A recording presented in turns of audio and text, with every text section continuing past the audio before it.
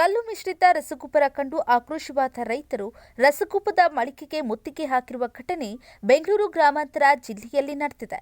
ಬೆಂಗಳೂರು ಗ್ರಾಮಾಂತರ ಜಿಲ್ಲೆಯ ನೆಲಮಂಗಲ ತಾಲೂಕಿನ ತ್ಯಾಮಗೊಂಡುವಿನಲ್ಲಿ ಕಲಬೆರಕೆಯ ರಸಗೊಬ್ಬರ ನೀಡಿದ ಮಳಿಗೆಗೆ ರೈತರು ಮುತ್ತಿಗೆ ಹಾಕಿದ್ದಾರೆ.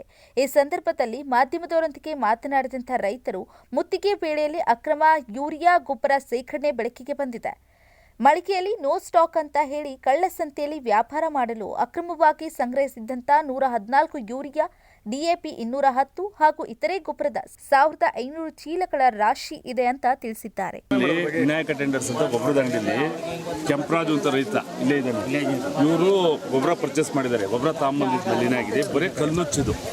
ಆತ ಏನು ಹೇಳ್ತಾ ಇದ್ದಾನೆ, ಆಯಿತು ನಾವು ಕಂಪ್ನಿಗೆ ರೆಫರ್ ಮಾಡ್ತೀವಿ ಅಂತ ಕೃಷಿ ಅಧಿಕಾರಿ ಅಂತ ಬಂದಿದ್ದಾರೆ. ಸರ್ ನಿಮ್ಮ ಹೆಸರು ಏನು ಸರ್? ಬನ್ನಿ ನಿಮ್ಮ ಹೆಸರು ಏನು ಹೇಳಿ? ಆನಂದ್ ಅಂತ. ಇವ್ರು ಹೇಳ್ತಾ ಇದ್ದಾರೆ, ನಾನು ನೋಟಿಸ್ ಕೊಟ್ಟಿದ್ದೀನಿ, ನನಗೆ ಇದು ನೋಟಿಸ್ ಕೊಡೋ ಅಧಿಕಾರ ಅಷ್ಟೇ ಇರೋದು. ನಾನು ಅಂಗಡಿ ಸೀಸ್ ಮಾಡೋದಲ್ಲಿ, ಆ ಮಿಕ್ಕಿದ ಗೊಬ್ಬರದ ಮುಟ್ಟೆನಲ್ಲಿ ಕಸ್ಟಡಿ ತಾಣದಲ್ಲಿ ಇನ್ನೊಂದಲ್ಲಿ ಮತ್ತೊಂದಿಲ್ಲ ನನ್ನ ಅಧಿಕಾರ ಅಂತ ಹೇಳ್ತಾ ಇದ್ದಾರೆ. ಮತ್ತು ಇವರು ಕೃಷಿ ಅಧಿಕಾರಿಯಾಗಿ ಇವ್ರಿಗೆ ಏನು ಅಧಿಕಾರ ಇದೆ ಇವ್ರ ಹತ್ರ? ಯಾವ ಅಂಗಡಿ ಸರ್ ಅದು? ವಿನಾಯಕ ಟೆಂಡರ್ಸ್ ಅಂತ ತ್ಯಾಮಗೊಂಡು. ಇವ್ರ ಹತ್ರ ಏನು ಅಧಿಕಾರಿ? ಇವ್ರು ಕೃಷಿ ಅಧಿಕಾರಿ ಬಂದು ಇದನ್ನ ಕಸ್ಟಡಿ ತಾಂತೀನಿ, ನಾನು ಶಾಂಪಲ್ ತೋರಿಸ್ತೀನಿ ಅಂತ ಹೇಳ್ತಾರೆ. ಇದಕ್ಕೆ ಯಾರು ಜವಾಬ್ದಾರರು? ಒಂದು ಮೂಟೆ ಗೊಬ್ಬರದ ರೇಟು ಎಷ್ಟಾಗಿದೆ? ಎಷ್ಟು ಕೊಡ್ತೀನಿ? 2200 ರೂಪಾಯಿ ಕೊಟ್ಟು ಗೊಬ್ಬರದ ಮೂಟೆ ತಂದಿರೋದು ಇದು. 15 ಗಿಡಕ್ಕೆ ಮತ್ತೆ ಅಡಿಕೆ 20 ಮಂಗಳ ಕಂಪನಿ ಗೊಬ್ಬರ. 6:30 ನಾವು ತ್ಯಾಮಗೊಂಡು ಗೊಬ್ಬರ ತರಕ್ಕೆ ಹೋದ್ವಿ. 5 ಬ್ಯಾಗ್ ಗೊಬ್ಬರ ತಗೊಂಡ್ವಿ. 2200 ರೂಪಾಯಿ ಬೆಲೆ ಹಾಕಿ ನಮಗೆ ಗೊಬ್ಬರ ಕೊಟ್ಟಿದ್ದಾರೆ. ಇಲ್ಲಿ ಬಂದು ನಾವು ಒಂದು ಮೂಟೆ ಆಗಲೇ ಉಪಯೋಗಿಸ್ಬಿಟ್ವಿ. ಇನ್ನೊಂದು ಮೂಟೆ ಚೆಕ್ ಮಾಡಿದಾಗ ಅದರಲ್ಲಿ 30% ಬರೀ ಕಲ್ಲೇ ಬರ್ತದೆ.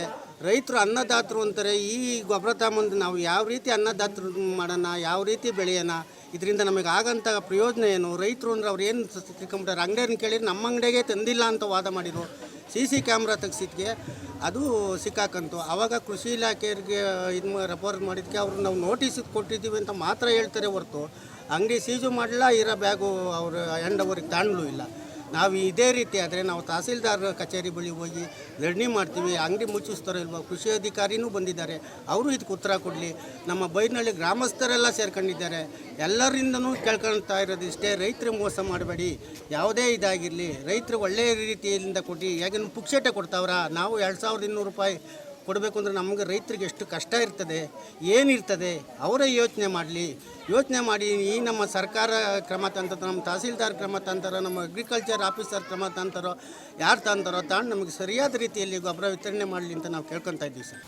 ನೋಡಿ, ಇವರು ನಿನ್ನೆ ಕೇಳಿದ್ರೆ ನಮ್ಮ ಹತ್ರ ಯೂರಿಯಾ ಸ್ಟಾಕ್ ಇಲ್ಲ ಅಂತಾರೆ, ಬೆಳಿಗ್ಗೆ ಕೇಳಿದ್ರೆ ಯೂರಿಯಾ ಇಲ್ಲ ಅಂತಾರೆ. ಅಕ್ರಮವಾಗಿ ಈ ತರ 4-5 ಗೋಡನ್ ಮಡಿಕೊಂಡಿದ್ದಾರೆ ಅಂಗಡಿಯವರು.